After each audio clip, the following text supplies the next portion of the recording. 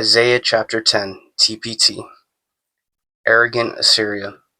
Verse 1. Woe to those who legalize injustice and write oppressive legislation. You rip away the rights of the poor and prey upon widows and orphans. What will come of you on that day of visitation when disaster comes from afar? To whom will you run for help? And what will you do then with all your great wealth? You'll have no option but to cringe among the captives or fall among the corpses of the slain. Yet despite all this, his anger has not subsided, and his hand is poised to strike. Woe to the arrogant Assyria, the rod of my anger. The club I place in the king's hands is my fury. I am the one who has sent him against a godless nation and ordered him to attack the people who angered me. I sent him to take the spoil and seize the plunder, and to trample them down like dust in the street. But he has no clue what he's doing. He has something else in mind. He plans on annihilating many nations and thinks, after all, I have made my executive commanders into kings.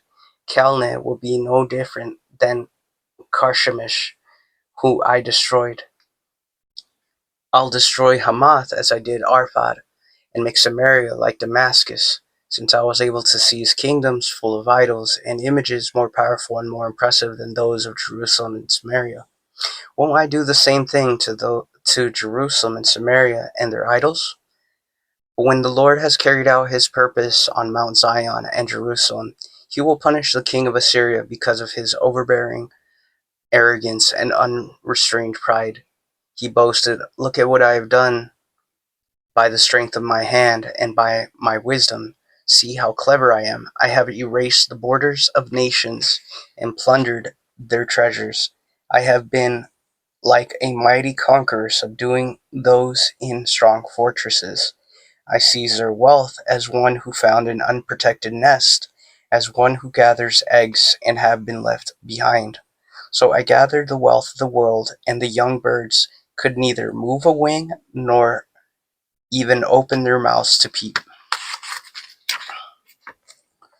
God decrees judgment on Assyria. Verse 15.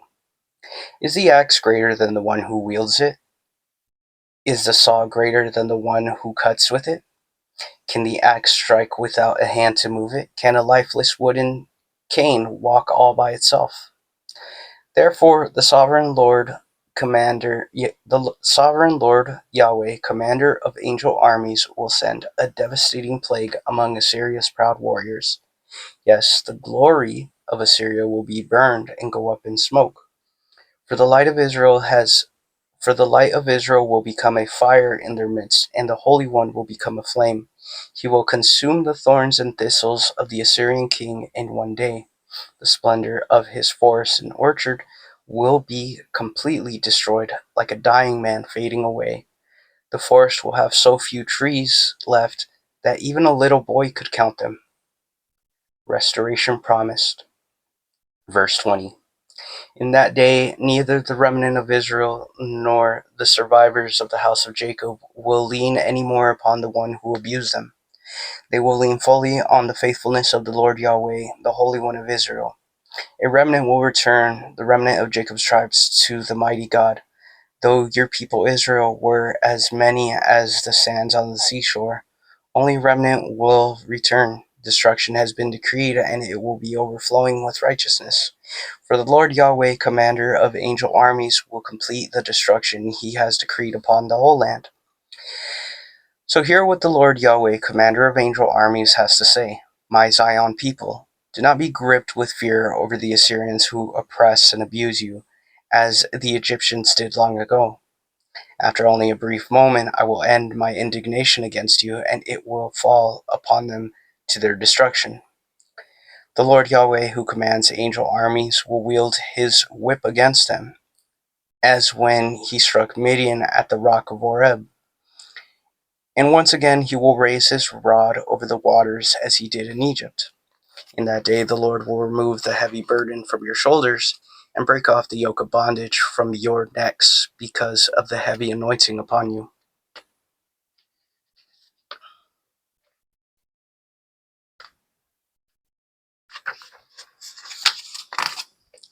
The Assyrian army attacked Ayath.